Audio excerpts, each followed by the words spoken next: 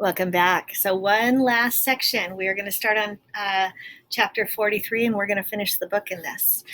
That night, chapter 43, what Cook was stirring. That night, Despereaux rolled the thread down from the threadmaster's lair, along innumerable hallways and down 3 flights of stairs. Reader, allow me to put this in perspective for you. Your average house mouse, or castle mouse if you will, weighs somewhere in the neighborhood of 4 ounces. Despereaux, as you know, was no way average. In fact, he was so incredibly small that he weighed about half of what the average mouse weighs, 2 ounces. That is all. Think about it. He was nothing but 2 ounces of mouse pushing a pool of spread that weighed almost as much as he did.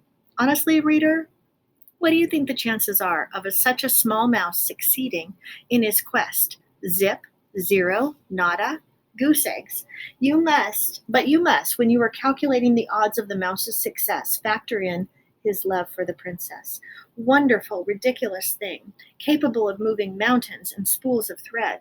Even with the love and purpose in his heart, Despereaux was very, very tired when he reached the door to the castle kitchen at midnight. His paws were shaking and his muscles were jumping, and the place where his tail should be was throbbing.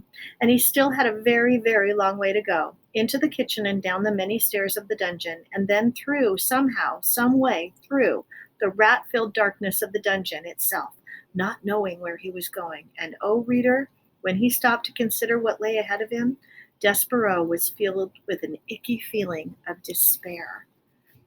He leaned his head against the spool of thread, and he smelled celery there, and he thought of Hovis, and how Hovis seemed to believe in him in his quest. So the mouse raised his head, squared his shoulders, and pushed the spool of thread forward again. Into the kitchen, where he saw too late that there was a light burning. Despereaux froze. Despereaux, the cook was cooking in the kitchen.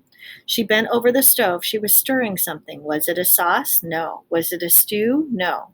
What the cook was stirring was soup. Soup, reader. In the king's own castle, against the king's law, right under the king's very nose, Cook was making soup. As the mouse looked on, Cook put her face into the steam rising from the pot and took a deep breath. She smiled a beatific smile, and the steam rose around her and caught the light of the candle and made a halo over her head. Despereaux knew how the cook felt about mice in her kitchen. He remembered quite clearly her instructions to Mig regarding himself.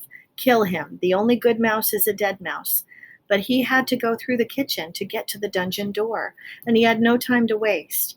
Soon daylight would dawn and the whole castle would be awake, and a mouse would have no chance at all of pushing a spool of thread across the floor without attracting a great deal of attention. He would have to sneak past the mouse-hating cook. Now.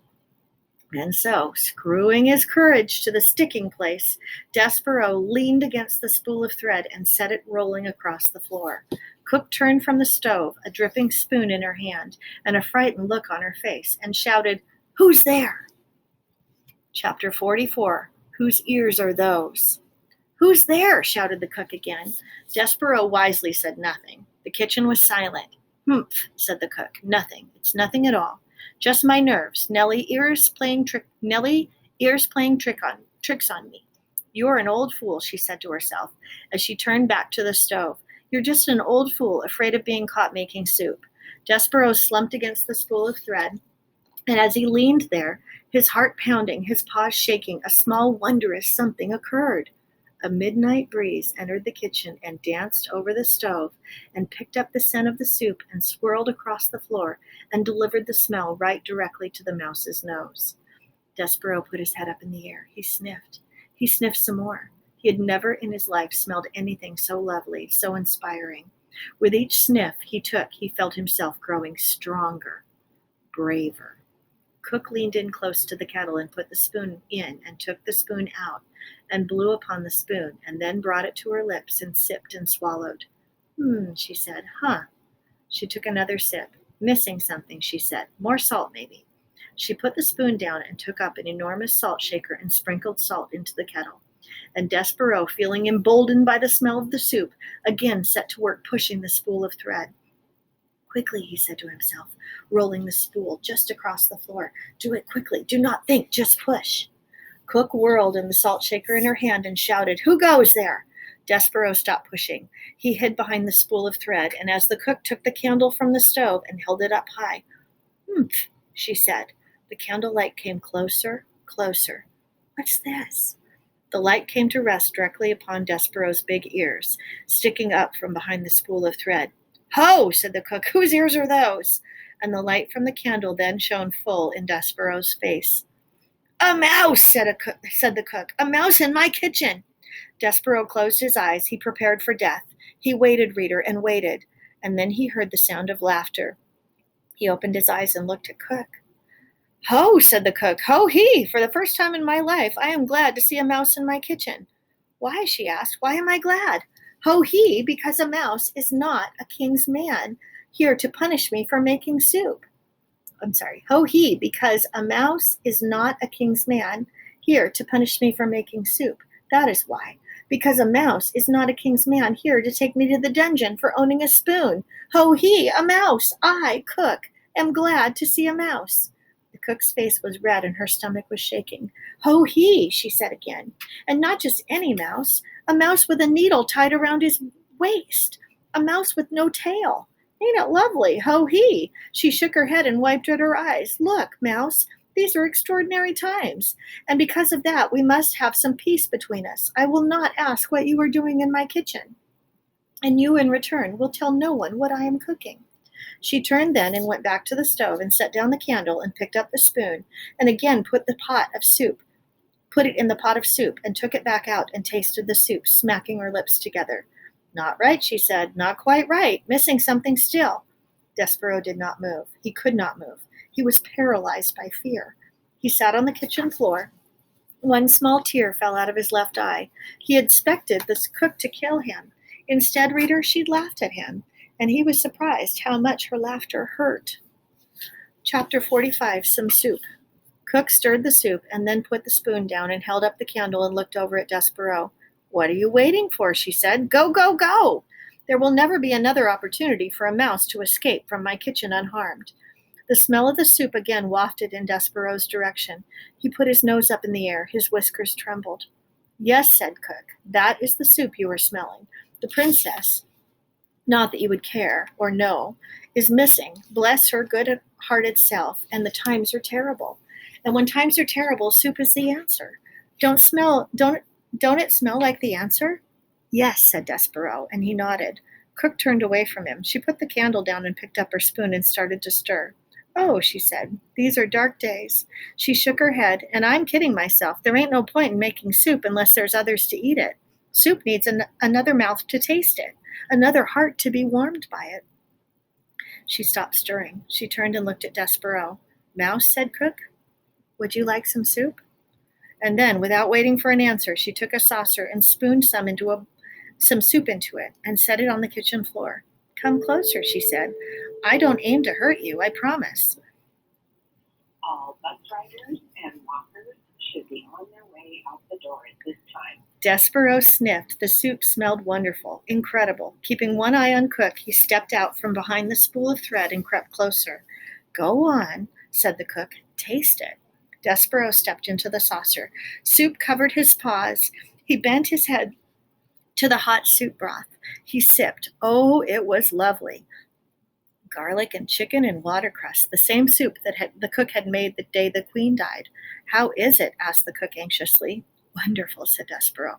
"Too much garlic?" said Cook, wringing her fat hands. "No," said Despereaux, "it's perfect." Cook smiled. "See," she said, "there ain't a body, be it mouse or man, that ain't made better by a little soup." Despereaux bent his head and sipped again, and Cook stood over him and smiled. "It don't eat a thing, then. Is that what you're saying? It's just right?"